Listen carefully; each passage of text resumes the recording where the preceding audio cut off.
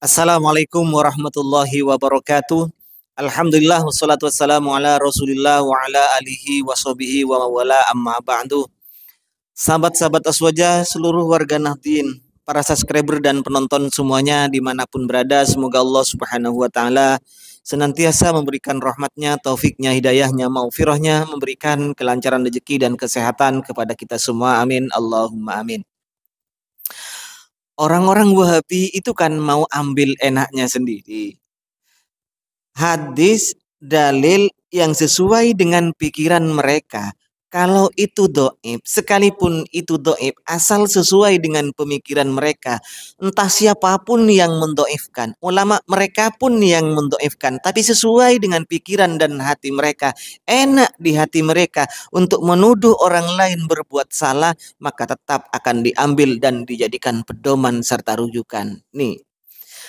Tetapi kalau hadisnya tidak cocok, dalilnya tidak cocok dengan hatinya, dengan pikirannya, dengan perasaannya tidak cocok bagi orang Wahabi, walaupun banyak ulama yang menganggap hadis ini adalah sahih, maka ditolak. Ini adalah tabiat dari orang-orang Wahabi. Mau bukti? Baik, akan saya buktikan ini. Pastikan anak-anak semua, kalau sholat tidak boleh sampai di bawah mata kaki kainnya ini, sarungnya atau jubahnya, karena sholatnya tidak akan Allah terima. Coba lihat, perhatikan hadisnya, kita baca. Dari Abu Hurairah, semoga Allah meridai kepadanya, dia telah berkata, tatkala ada seseorang yang sholat dengan pakaian yang musbil, yang menjulurkan kainnya di bawah mata kaki, maka Rasul Sallallahu Alaihi Wasallam menegur kepada orang tersebut, pergilah, berwudulah. Maka orang tersebut pergi dan berwudu. Kemudian dia datang lagi orang tersebut, Rasul balik lagi bertanya, pergilah kamu dan berwudu. Maka ada seseorang yang bertanya, wahai Rasulullah, ada apa denganmu? Engkau perintahkan untuk berwudu kepadanya. Kemudian diam. Maka Rasul bersabda, innahu kana yusolli wa huwa musbil. Sesungguhnya laki-laki tersebut sholat dalam kondisi musbil. Pak Ustadz yang ganteng, Anda bawa-bawa layak balu itu ya, innallaha layak balu sholata rajulin musbilin izarahu, untuk mengokohkan pernyataan Anda bahwa orang yang musbil itu tidak diterima sholatnya. Jadi aneh ya, orang yang musbil di Arab Saudi itu kan banyak, berarti tidak diterima sholatnya semuanya itu ya. Anda membawa-bawa hadis ini, Anda tahu status hadisnya itu Ustadz? Ini adalah pernyataan Syekh Utsaimin ya. Menurut Syekh Utsaimin hadis ini dhaif. Fi hadzal hadisi ruwiya anin Nabi sallallahu alaihi wa alihi wasallam lakinnahu dhaifun, akan tetapi hadis yang disandarkan terhadap Nabi ini, yang katanya diriwayatkan dari Nabi ini dhaif Pak Ustadz yang ganteng. La taqumu bihi hujjatun, ndak bisa hadis ini dijadikan sandaran hujjah tat ya. Anda ini keluar kalau hadis dhaif begini begitu begini begitu. Kalau orang-orang Wahabi kan begitu, memang dhaif. Loh, Anda sendiri membuat hujjah untuk mempertahankan tuduhan Anda, untuk melegalkan tuduhan Anda pakai hadis dhaif. Gimana tat? Ini Utsaimin yang mendhaifkan tat. Dan bukan hanya Utsaimin, termasuk lihat ini di Multaqa Ahlil Hadis dijelaskan, fahadzal hadisu, hadis ini, innallaha la yaqbalu itu ila akhirih, dhaifun inda ahlil ilmi, hadisnya dhaif tat menurut ahli ilmu. Ahli ilmu ini menyatakan hadisnya dhaif. Anda pakai hadis dhaif, katanya anti hadis dhaif. Kok diembat juga kalau sesuai selera Anda tat? Nah, kalau yang berikut ini adalah kebalikannya. Ini hadisnya yang disahihkan oleh ulama, Anda dhaifkan tat. Anda berlagak seperti muhaddis. Berapa banyak sih Anda menghafal hadis tat? Waduh, kepinteran kamu ini. Kunut witir di 15 Ramadan hingga akhir. Baik, kalau kita melihat hadis-hadis tentang itu, semuanya hadisnya tidak dapat diterima. Salah satunya dari Ibnu Abbas, bahwa Rasul Sallallahu Alaihi Wasallam berkunut di subuh dan sholat witir.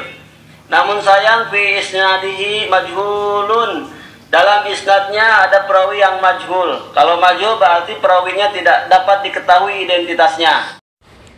Untuk Ustadz Wahabi yang ganteng ini, yang ahli hadis Kunut separuh di Ramadan, di bulan Ramadan, kata Anda hadisnya adalah salah satu rawinya adalah majhul. Kalau majhul tidak bisa dijadikan hujjah. Kamu belajar hadisnya di mana, Tat? Kamu itu sudah lebih paham dari ulama-ulama Arab Saudi ya. Semisal Syekh Muhammad Shaleh Al-Munajjid, ini adalah ulama Saudi, Tat. Silakan Anda lihat di fatwanya ya. Fatwa Syekh Shaleh Al-Munajjid. Bagaimana tentang kunut di bulan Ramadan ini, Tat? Apakah hadisnya memang benar-benar seperti dugaan Anda tidak bisa dijadikan hujjah? Nah, ini komentar Syekh Muhammad Shaleh Al-Munajjid. Du'aul kunuti yakunu fi raqatil akhirah min sholatil witri ba'dar ruku'i wa idza ja'alahu qabla ruku'i fala ba'sa. Ini pertama kali membahas doa kunut ini dilakukan di rakaat terakhir di sholat witir setelah ruku. Jika Anda mengerjakannya sebelum ruku maka tidak apa-apa ya. Tapi yang lebih utama itu setelah ruku. Sebagaimana Ibnu Taimiyah mengatakan dalam Majmu' Fatawa beliau juz 23 halaman 100. Ini kata Syekh Shaleh Al-Munajjid, bukan kata saya ya. Mari saya buktikan. Mana pintar Anda dengan Syekh Shaleh Al-Munajjid dengan Anda sendiri ya, antara Anda dan Syekh Shaleh Al-Munajjid ini mana yang lebih pintar, Tat? Nah, ini komentar Ibnu Taimiyah.